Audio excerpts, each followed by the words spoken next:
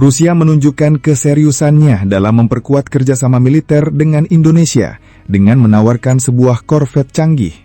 Tawaran ini langsung memicu reaksi panas dingin dari negara-negara barat karena dikhawatirkan dapat mengubah keseimbangan kekuatan di kawasan dan mempererat hubungan strategis antara Indonesia dan Rusia.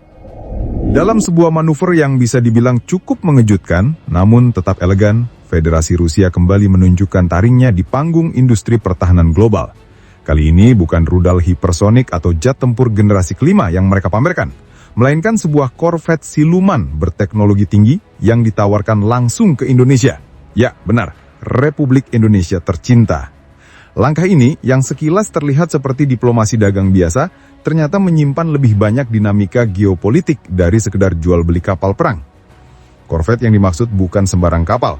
Ini adalah unit dari kelas Tiger, atau dalam nomenklatur resminya disebut Proyek 20382. Jangan bayangkan ini seperti kapal patroli biasa yang mondar-mandir di Selat Malaka.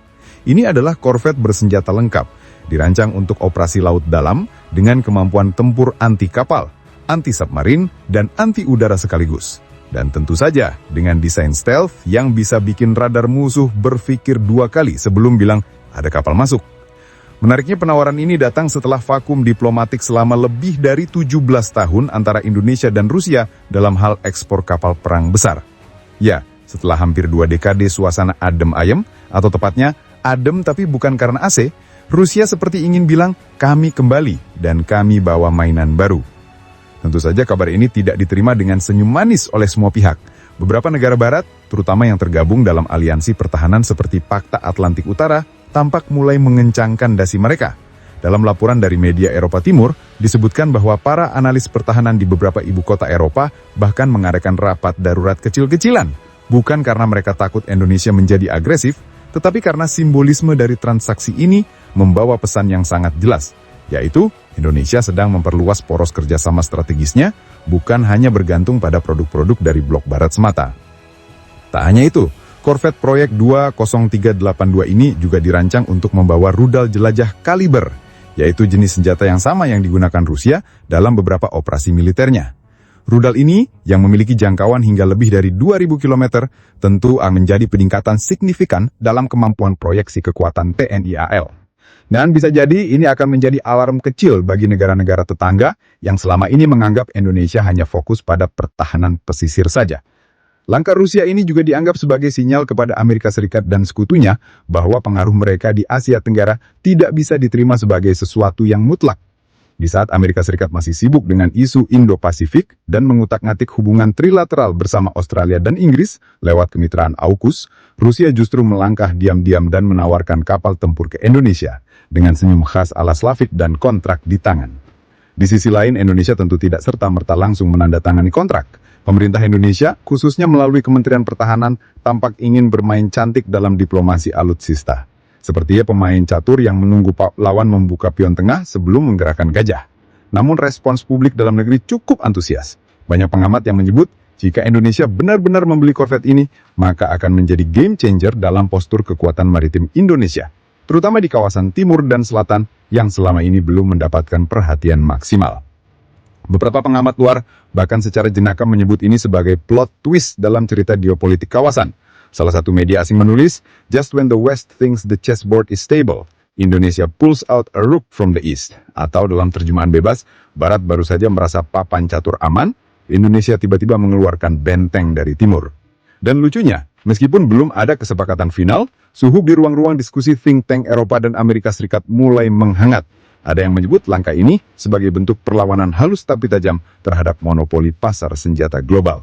Ada juga yang dengan nada setengah bercanda menyarankan agar negara-negara NATO mulai mempertimbangkan menawarkan kapal selam bersayap ke Indonesia agar tak tertinggal dalam kompetisi dagang militer ini.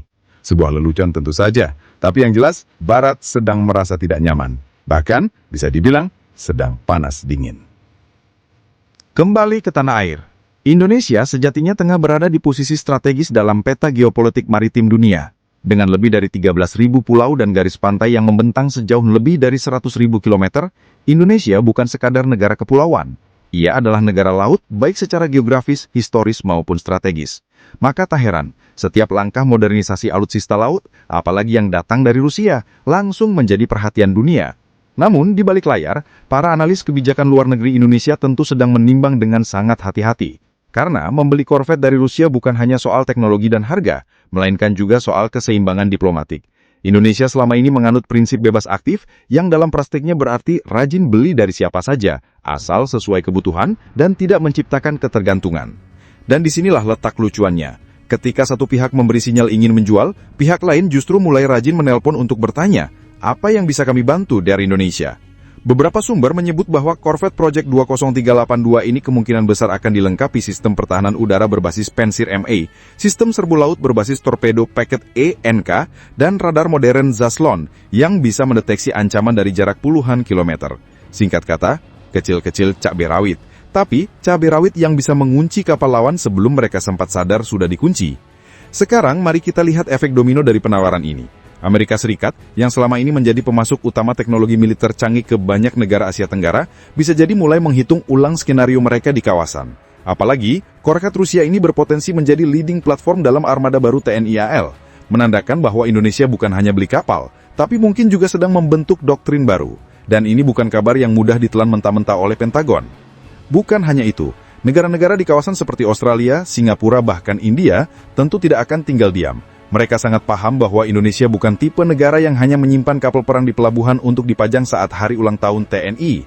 Jika korvet Rusia ini benar-benar masuk ke arsenal TNI AL, maka itu artinya Indonesia tengah membangun kemampuan proyeksi kekuatan laut sejati, dari Samudra Hindia hingga Pasifik Barat. Lucunya, di dunia media sosial, netizen Indonesia malah lebih sibuk membahas desain kapal ini. Ada yang bilang bentuknya seperti tokoh antagonis di anime, ada pula yang menyebutnya kayak kapal alien yang nyasar ke lautan Natuna. Tapi di balik komentar kocak itu, ada kebanggaan terselubung, bahwa Indonesia kini mulai dilirik sebagai mitra serius oleh kekuatan besar dunia, bahkan oleh Rusia yang biasanya lebih tertarik menjual ke negara-negara mitra strategis utama seperti Tiongkok, India, atau aliansi regional tertentu.